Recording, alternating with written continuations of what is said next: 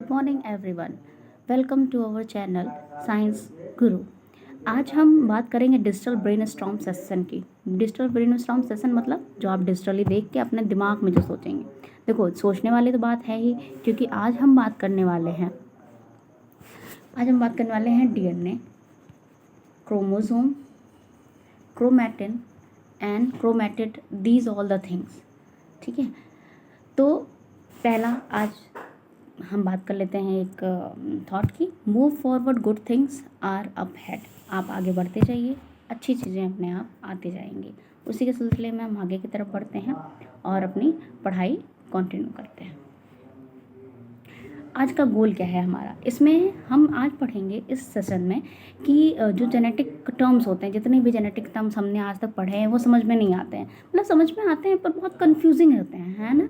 होते हैं कि नहीं होते हैं? तो बस उसी कन्फ्यूज़न को दूर करने के लिए हम आज ये सेशन रखे हैं। ठीक है, तो इस सेशन में हम बात करेंगे किस बात की कि ये सारे जेनेटिक टर्म्स होते क्या हैं, इतने डिफ़िकल्ट क्यों हैं, और ये प्रॉब्लम सॉल्व कैसे होगी, इनकी जो डिफ़िकल्टीज़ हैं वो सॉल्व कैसे होंगी, इन्हीं के बारे में हम आज बात करेंगे।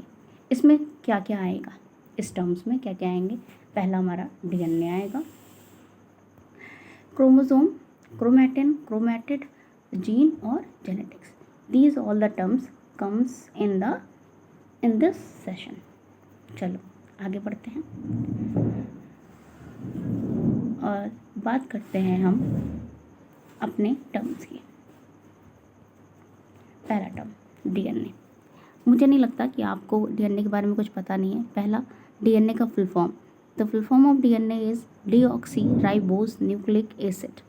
ये क्या है? पॉलीमर है पॉलीन्यूक्लियोटाइड चेन का। ठीक है, जो कि एक कॉइल होते हैं और डबल हेलिक्स स्ट्रक्चर बनाते हैं।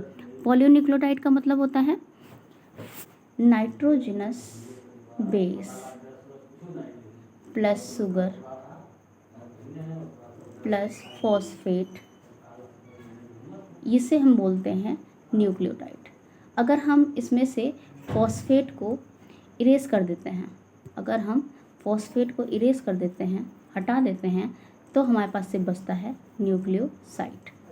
ठीक है, अगर नाइट्रोजनस बेस और प्लस शुगर आता है तो उसको हम क्या बोलेंगे? न्यूक्लियोसाइड बोलेंगे। पर उसी नाइट्रोजनस बेस और शुगर के साथ में फॉस्फेट ऐड हो जाता है तो उसको हम न्यूक्लियोटाइड बोलेंगे। यही पॉलीन्यूक्लियोटाइड जब मिलते हैं आपस में तो एक डबल हेलिक्स स्ट्रक्चर बनाते हैं, जिसको हम डीएनए कहते हैं। और ये डीएनए क्या करते हैं? अपने साथ जेनेटिक इन्फॉर्मेशन को कैरी करते हैं, एक पेरेंट से दूसरे पेरेंट की ओर, एक पेरेंट से ऑफस्प्रिंग की तरफ। ठीक है, तो ये हो गई बात डीएनए की। इसका डबल हेलिक्स मॉडल हमें कुछ ऐसा दिखता है। ठीक है, जो हमें वॉटसन एंड क्रिक ने दिया था। किसने दिया था? वॉटसन एंड क्रिक ने दिया था। इसके लिए इनको नोबेल प्राइज़ भी मिला था। अब हम बात करेंगे क्रोमोसोम की। ठीक है, अब डीएनए क्रोमोसोम में से बहुत कंफ्यूजिंग हो जाता है कि डीएनए क्या है तो क्रोमोसोम क्या है। जब काम दोनों का एक ही है तो डीएनए क्या है, क्रोमोसोम क्या है। तो जो क्रोमोसोम होता है वो न्यूक्लियस में जो सेल्स होते हैं, जितने भी लिविंग ऑर्गेनिज्म हैं उनके सेल्स के अंदर एक क्रोमोसोम मतलब थ्रेड लाइक स्ट्रक्चर पाया जाता है, उसको हम क्रोमोसोम कहते हैं। ठीक है, जिसमें हमारा जो डीएनए होता है वो अपने हिस्टोन प्रोटीन्स वगैरह के साथ साथ में कंपोज रहता है। कल मैंने हिस्टोन प्रोटीन के बारे में बता दिया था, तो आज मैं उसको रिपीट नहीं करूँगी। तो डीएनए और उनके साथ जो प्रोटीन्स होते हैं उनको आपस में कंटेन करने का काम, उनको आपस में मतलब जोड़ के रख के अपने अंदर रखने का काम कौन करता है? क्रोमोसोम करता है। जैसे कि अगर हम कहें कि चाय है तो चाय पत्ती और चीनी को अपने साथ रखने का काम कौन कर रहा है? पानी कर रहा है। तो बस ऐसे ही हमारे क्रोमोसोम की भी कहानी है। ठीक है, क्रोमोसोम जो है वो डीएनए और वेरियस प्रोटीन के साथ मिलके बनता है। और ये जो क्रोमोसोम होता है इनिशियली क्या होता है? इनिशियली ये जो क्रोमोसोम होता है वो क्रोमैटिन फाइबर में रहता है, क्रोमैटिन फाइबर के फॉर्म में रहता है, मतलब उसके अंदर नहीं रहता है, क्रोमैटिन फाइबर के फॉर्म में रहता है। जैसे कि ये न्यूक्लियस होता है उसमें थ्रेड लाइक स्ट्रक्चर, जैसे मान लीजिए ये न्यूक्लियस है उसमें ऐसे थ्रेड लाइक स्ट्रक्चर ऐसे पड़े रहेंगे। These are known as chromatid. ठीक है, उनको हम क्या कहते हैं, क्रोमेटिन कहते हैं। अब ये जो क्रोमेटिन होते हैं जब इंटरफेज में होते हैं, इंटरफेज मतलब जो सेल डिवाइड नहीं होती है, मतलब सुसुप्ता अवस्था होती है, मतलब वो रेस्ट कर रहे होते हैं, तब वो कंडेंस्ड होना स्टार्ट होते हैं।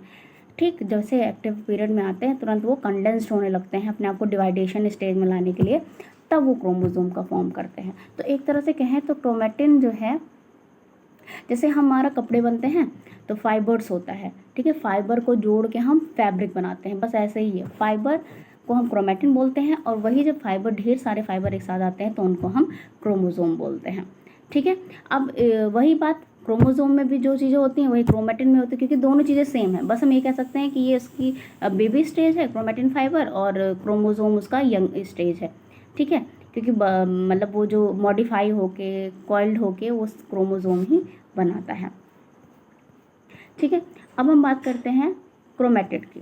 किसकी बात करेंगे, क्रोमेटिड की बात करेंगे। पहले हम क्रोमेटिड की बात करेंगे तो हम सेंट्रोमियर पे आएंगे। क्रोमेटिड क्या होता है, जो हमारे क्रोमोसोम होते हैं वो ऐसे दिखते हैं, ऐसे दिखते हैं। ठीक है, तो इनका जो ये वाला जो स्ट्रक्चर होता है, इनका जो ये वाला स्ट्रक्चर होता है, इसको हम क्रोमेटिड कहते हैं। एक सिंगल स्ट्रक्चर को हम क्या बोलते हैं, क्रोमेटिड। ठीक है, ठीक, तो क्रोमोसोम का अगर हम हाफ लेते हैं तो वो हमारा एक क्रोमेटिड होता है, और एक क्रोमोसोम में 2 क्रोमेटिड होते हैं, क्योंकि एक पेयर होता है ना, क्रोमोसोम हमेशा पेयर में ही आते हैं, तो एक पेयर में क्रोमोसोम में 2 क्रोमेटिड होते हैं। अब यही जो क्रोमेटिड होते हैं वो एक साथ जुड़े हुए होते हैं, जो सिस्टर क्रोमेटिड्स होते हैं। सिस्टर क्रोमेटिड मतलब जो एक दूसरे से मेल खाते हैं, तो वो जो एक दूसरे से जुड़े हुए होते हैं, तो वो जुड़ने वाले पॉइंट होती है उसको हम सेंट्रोमियर बोलते हैं। अब यही जो सेंट्रोमियर होता है वो सेल डिवीजन के दौरान क्या करता है, स्पिंडल फाइबर्स को मतलब स्पिंडल फाइबर जैसे निकलने लगते हैं तो उससे उसको सिस्टर क्रोमेटिड को अटैच करके रखता है, क्योंकि जब स्पिंडल फाइबर बनेगा तो ये जो हमारा